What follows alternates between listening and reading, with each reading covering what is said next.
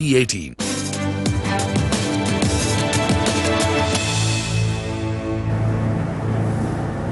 Hello and good evening. BCCI has announced its decision to suspend IPL after a few players have been tested positive in spite of the bio bubble. Now, cricketing fans are disappointed because according to them, IPL provided the much needed cheer in today's grim times. But critics are welcoming this decision considering the rising number of COVID-19 cases in the country. So is it really a good decision?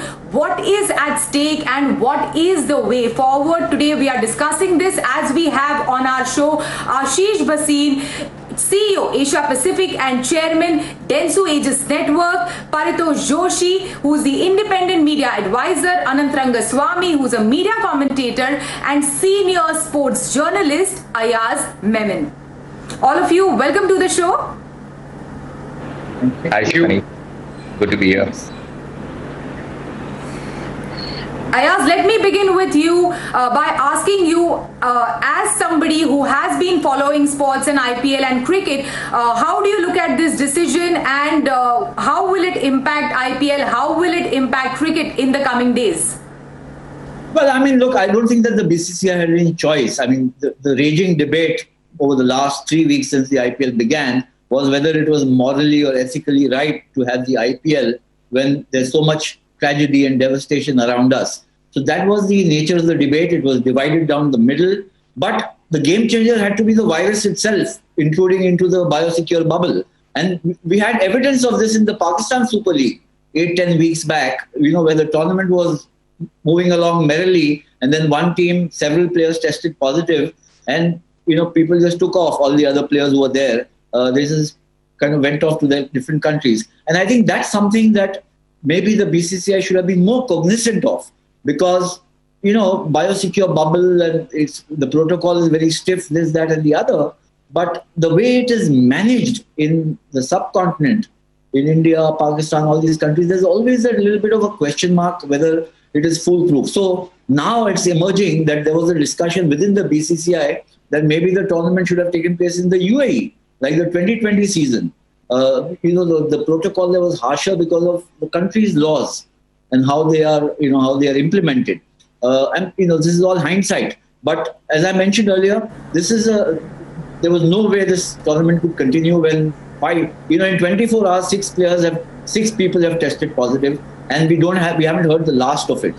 And now what is going to happen is that the BCCI has not said when the season will resume, and this year is so packed with cricket tournaments, including the World T20 to be played in India. I don't see where they'll get a window. That's going to be the tough challenge for the BCCI to complete this season. Yes, exactly, and that's what BCCI said, that it's open might be open to a window if it opens up later on. But can you just take us through what is the year like in 2021, and is there a possibility or chance for IPL to be held at a later date? Shivani, it looks to me very difficult because immediately after May 30th, we were supposed to go to England if the IPL had been played. We've got the World Test Championship coming up in the third week of June. We are in the final to play it against New Zealand. Then there is a full test series against England, which will extend our stay in England till virtually end August. After that, you come back to India. We are in the fag end of the monsoon. Not much cricket is played. Then you come into September, October, the World T20 is scheduled to be played in India. And how do you dovetail or how do you fit in 25 days of the IPL and then leading into the World T20? It's a nightmarish scenario logistically. And after that, there is the Australian cricket team to come here. Now look, IPL, because of its huge popularity and the big money that backs it, there might be a case later on in the year towards the end. You say, okay, we were scheduled to have this series against so-and-so team, we'll cancel that and we'll finish this season. It can happen, but it will be a very, kind of also ran situation rather than a full-fledged IPL season. Okay, Ashish, moving over to you, as we heard Ayaz speak, the possibility of having an IPL in 2021 at a later date seems kind of bleak. Big money riding on IPL, whether it's the sponsor money, whether it is, of course, like advertisers who are advertising currently, who were advertising on Star Sports and Disney Plus Hotstar. How have your clients reacted? Because as I know, AMFI and Maruti Suzuki are a few of your clients who have also advertised with the IPL this year. So, Shivani, first of all, I agree with Ayaz. The fact is that at this point in time, it's probably the right decision to have taken, because nothing is more important than safety of players, of the staff involved, and the support staff and so on. And also, it's got to do something with the mood. The mood of the nation at this moment is grim because of all the tragedy around us. So I think it was the right decision to have been taken. In terms of the timing, can it happen? What will happen to the advertisers, etc.? I feel at this point in time, all of that is secondary and is a bit in the realm of discussion and possibility. There is no doubt that IPL is the single biggest property, television property, forget sports property, that is there in India and has a huge following. I think BCCI and the broadcasters and everybody will try their best to make it happen. There are a lot of assumptions that we're currently taking, but out of the box solutions can be found. When first time it was said that IPL can't happen in India and it was taken to South Africa, everybody said it won't happen. It happened successfully. Last year it happened in UAE. Maybe the second leg can happen outside of India. I don't know. It is, like Ayaz said, it is a very tight calendar, but there is so much passion riding behind it. Forget about the money. Of course, there's a lot of money also, that I think they will find some way to make it happen. As far as advertisers are concerned, we have several clients, as do most of the agencies, have several clients who are regular advertisers on IPL. I think that's an ongoing long-term relationship. There will be obviously, some rescheduling of plans, some negotiating, when should we come back, when should we not come back. There will be all of that.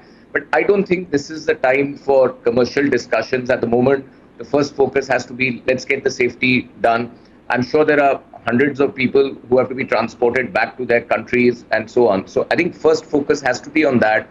Then it has to be, how will the logistics work for the next phase, if at all it has to come? Where does it fit? Can it happen in India or outside? And then comes the third bit that, okay, there are commercial discussions that need to be had because some of the advertising got truncated or contracts got truncated and so on. So I think that's the course it's going to follow. Okay, Paritosh, in our last discussion on IPL, you mentioned force majeure clause applied to some of the sporting events in the past. Can you just bring us up, our audience, up to speed with some of those examples, and what was, how was, all the stakes, the advertisers, the sponsorships, how did they manage, in this unique situation, considering those examples? Okay, there is one more doctrine which I did not mention the last time, but it's important to mention. It's called the doctrine of frustration, and this is a part of common law, so it's actually used in India as well. It's a part of British common law.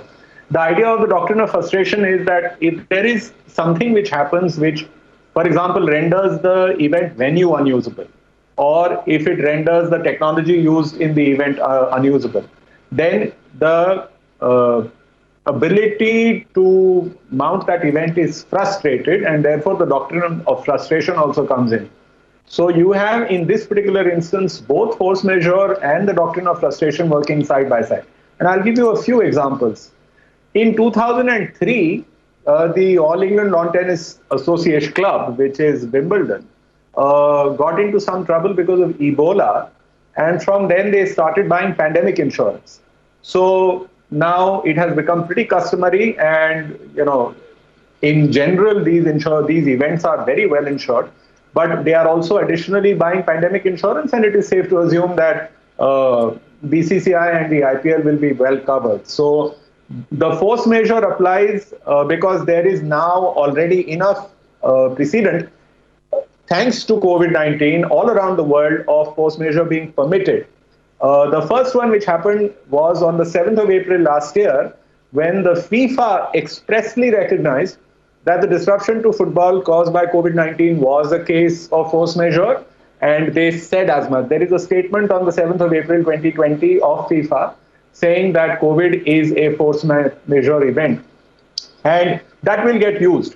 So what that does is that all the parties that are involved in the contract, and Ayaz mentioned several of them, and Ashish mentioned the rest, are then required to fall behind. The force majeure is literally translates as a major force, a force which is beyond the control of anybody who is a participant in the contract.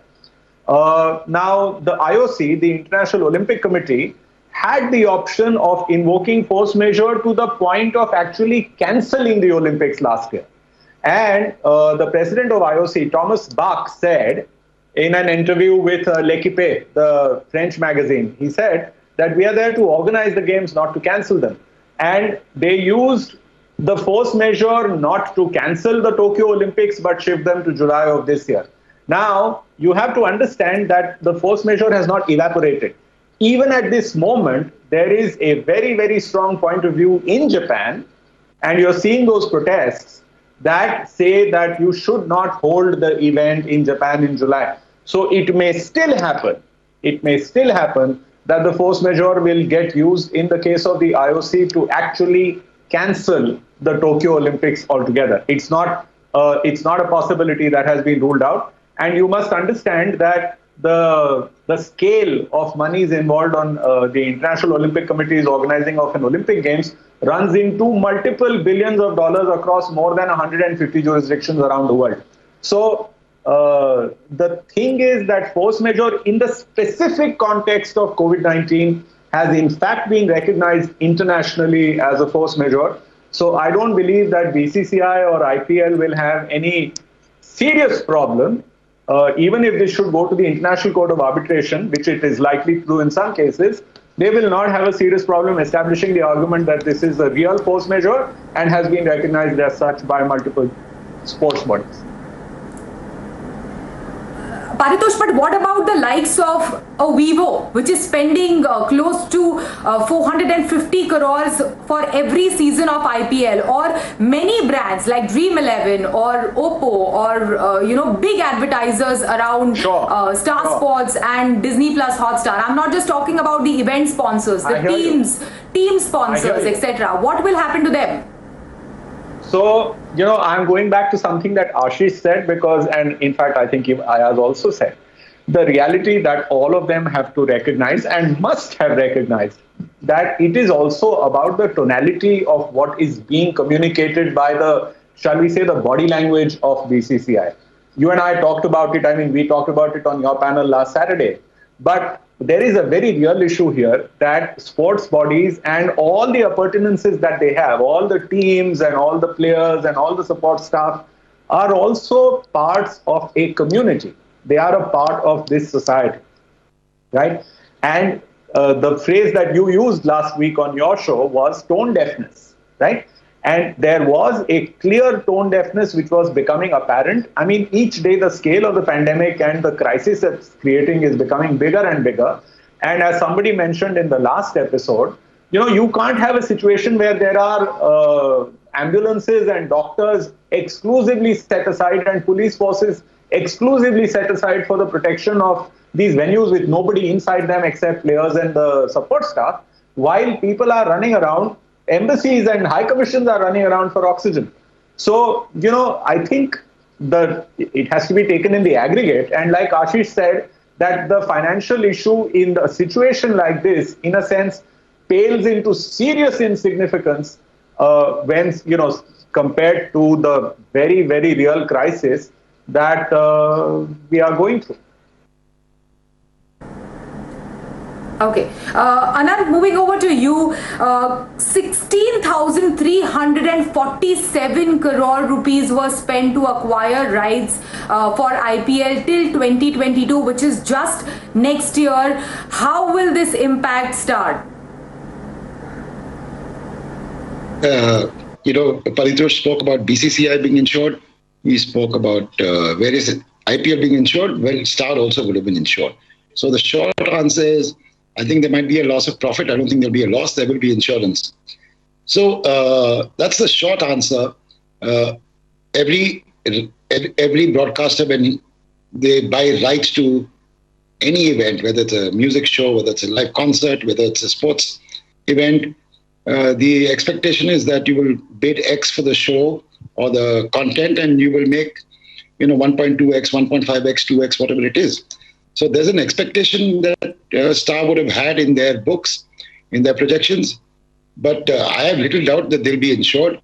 I think any broadcaster touching any large sports event will be insured against almost any kind of eventuality. So I wouldn't worry too much as a broadcaster. There might be a loss of profit, like I said, but I don't think it's more than that. Okay, it is time for us to slip into a short break. This discussion will continue. You don't go anywhere. We will be right back.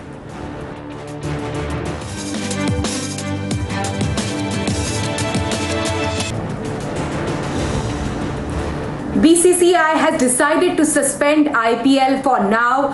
What is at stake and what is the way forward? Today we are discussing that. And Anant, my next question is to you. Who stands the chance to lose the most given the current scenario? You look at what Ashish and Paritosh said. The insurance will take care of most of the challenges that BCCI and IPL itself will have, and also the broadcaster. I think the biggest loss really is to people like Vivo. All the advertisers have funny losses because, when they invest in a property which is expected to have extraordinary audiences, what they invest in, what they're trying to buy is audiences. Now, those audiences you cannot randomly postpone by 2 months and 3 months. You can postpone the game. But let us say I want to sell a biscuit and advertise right now on IPL and contract it to advertise on IPL. I'll have a supply chain which is geared to meeting an increased demand, which is provoked by my communication. So I think the biggest losers really are those who have lost audiences, who had banked on audiences and had gambled and invested in the audiences they hoped that the IPL would bring. I don't, like these IPL itself, BCCI itself, Star itself, all would be insured. All of them, Paritosh explained how force majeure will kick in. It will kick in. I mean, it'd be very stupid if they don't have everything insured. But I think the biggest loss is people who wanted these audiences and had marketing plans in place to deliver goods and services to the audiences they expected to gain from the IPL. Ashish, taking a cue from what Anand said, of course, there were plans made, there were products being launched around IPL, spots being brought on Star to advertise those products. But considering the consumer sentiment, every day we wake up to news of somebody being serious in the hospital, somebody being critical. There was viewership, there was audience, but were they in the state of mind to receive these messages? Look, I think, Shibani, you've got to look at it this way. People were locked down at home, right? And for 3 or 4 hours in the evening, they got a very good entertainment, and the unique thing about IPL is that it appeals to everybody. Males, females, old, young, north, south, east, west. So it was a good audience that was provided, and this is an audience which will consume. If not today, tomorrow, day after, they will have use the toothpaste, they will eat the biscuits, they will drive the cars, they will invest in the mutual fund, and so on and so forth. So I don't think there is a question of that loss of that or whether they were in the right mood or so on.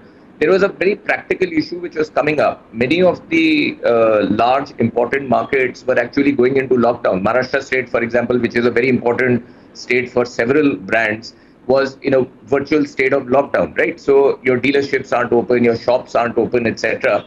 So to the point that if you're supposed to use advertising to drive your consumer to come to the shop, but if the shop itself is closed, then there's a little bit of a mismatch over there.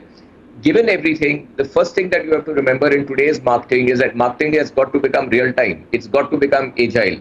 It's no longer like earlier you planned one campaign, for 6 months and another for the next 6 months, and then you could go to sleep for the rest of the year.